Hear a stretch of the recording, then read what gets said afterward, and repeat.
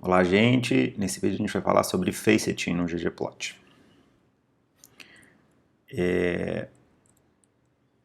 Mão na massa, direto. Até pulei o slide aqui. Vamos lá.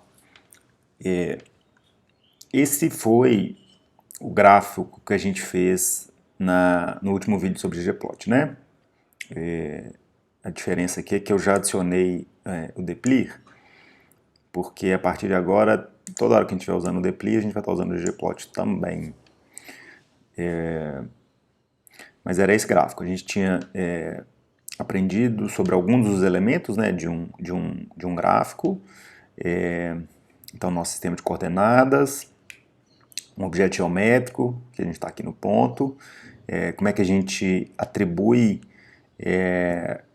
atributos estéticos, né, a esse objeto geométrico, aqui no map, né, mapeia ele para atributos estéticos, cada variável para atributos estéticos, e a gente viu no finalzinho que a gente pode mapear variáveis para atributos estéticos do tipo cor.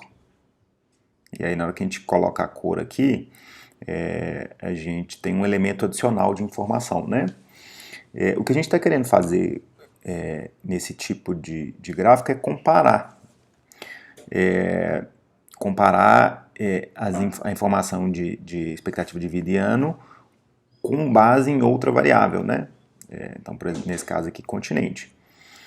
O que o Faceit deixa a gente fazer é olhar de forma diferente para essa comparação. Ao invés de mapear para uma variável, né, que aparece aqui como atributo estético da variável, o Faceit deixa a gente criar vários gráficos, vamos falar assim, vários mini gráficos idênticos, beleza?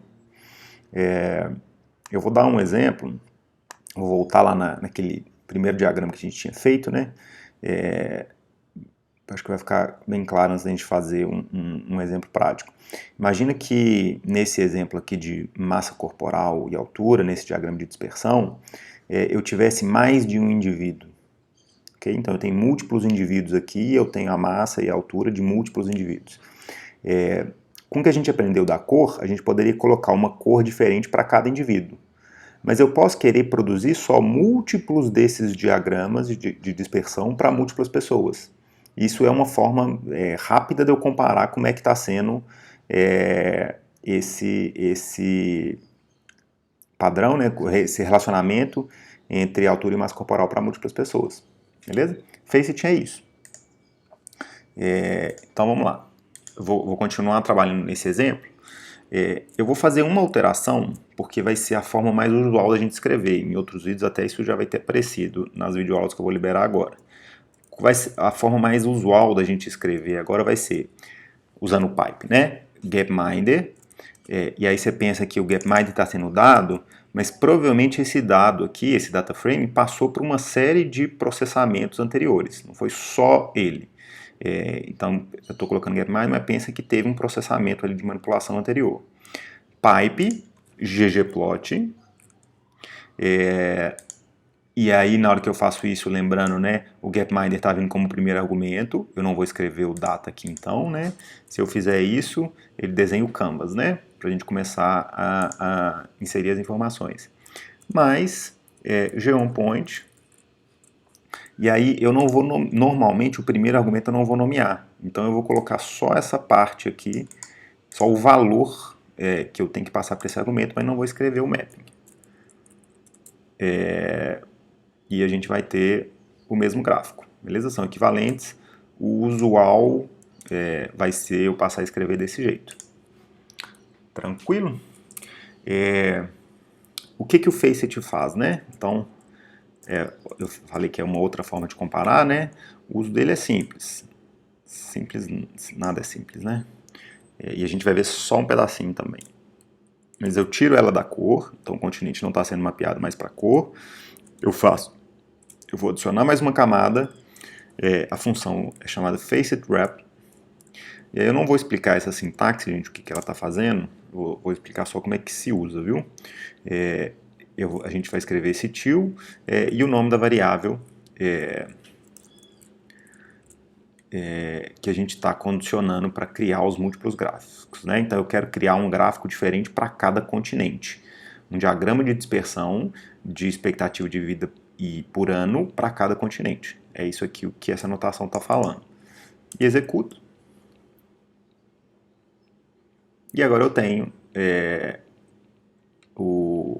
um gráfico por cada continente. Aqui, assim, dá para falar quase que parece pior, né? Que está mais fácil de comparar na cor. Mas eu vou dar um outro exemplo aqui que vocês acho que vai mostrar mais como é que isso aqui pode ficar poderoso. Então, vamos imaginar que a gente quisesse olhar para os países, beleza? Então, como a gente tem muitos países aqui, eu vou filtrar um continente específico. Então, eu vou falar que eu quero só a América. Beleza? 300. Pipe, então vejam o que eu falei, né? Essa vai ser sempre uma manipulação, e aí eu entro no ggplot. Mais geonpoint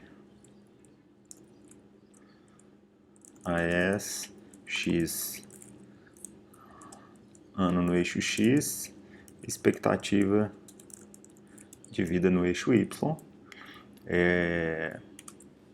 Beleza? Até agora, assim, não tem nada novo, até o formato do gráfico é parecido, né? Mas eu posso agora fazer um facet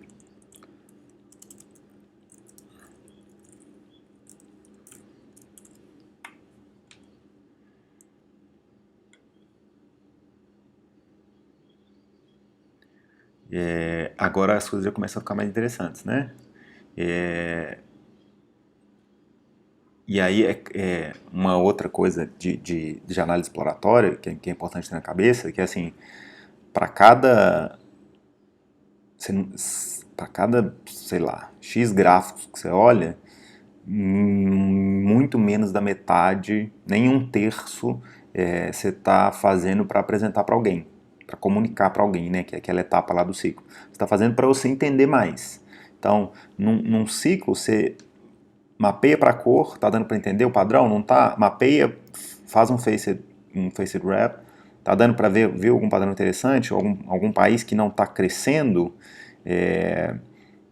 Jamaica, olha, Jamaica não tá, tem um padrão interessante, vamos investigar o que é que está acontecendo lá na Jamaica e tal.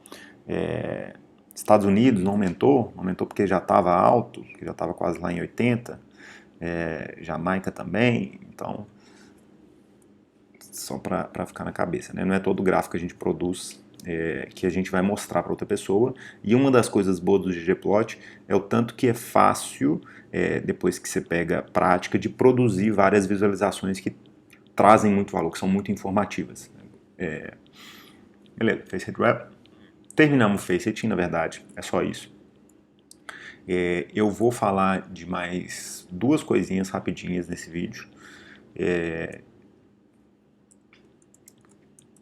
Que é, primeiro, só para a gente poder controlar a legenda, se a gente quiser, não é necessário, algumas pessoas até já usaram isso, porque... beleza, mas legendas, como é que a gente controla legendas no ggplot? A gente tem essa função labs, e aí na variável x a gente passa a legenda do eixo x, no y a gente passa a legenda do eixo y, expectativa de vida.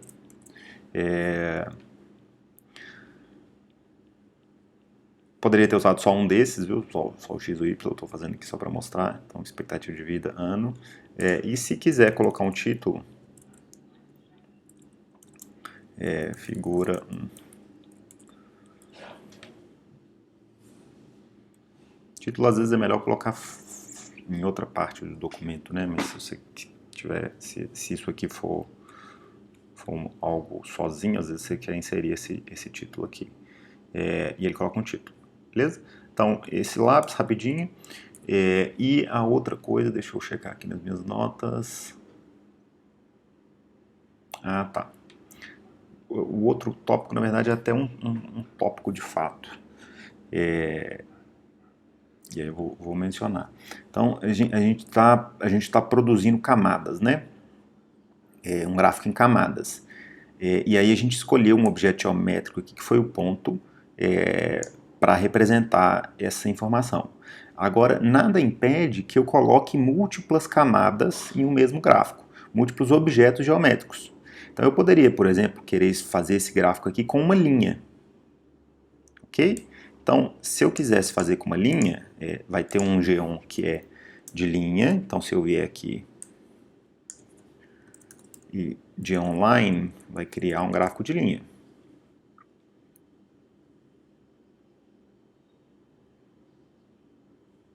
Beleza?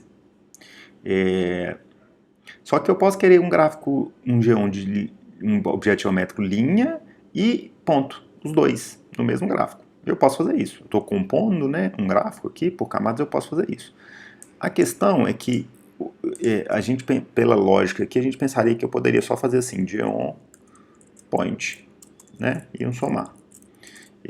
Se vocês fizerem isso, a gente vai ter um erro. Ele vai falar assim, olha, geom point requires the following missing aesthetics, x and y. Por quê? Porque eu não falei para ele, para o GeoPoint, qual que é o mapeamento que eu estou fazendo, né?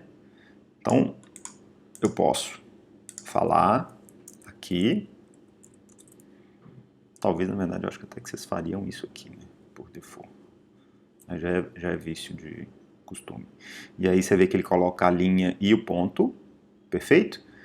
Mas, se a gente estiver usando sempre o mesmo mapeamento de x e y em cada geom, a gente pode, ao invés de declarar isso em cada chamada da função geom, a gente pode pegar isso, chamar no ggplot, na própria chamada do ggplot. Então eu tiro, posso escrever só geoPoint online. E essas funções, se elas não encontrarem aqui dentro uma chamada de x e y, elas utilizam o que já foi declarado lá no ggplot. Então, se eu fizer isso aqui,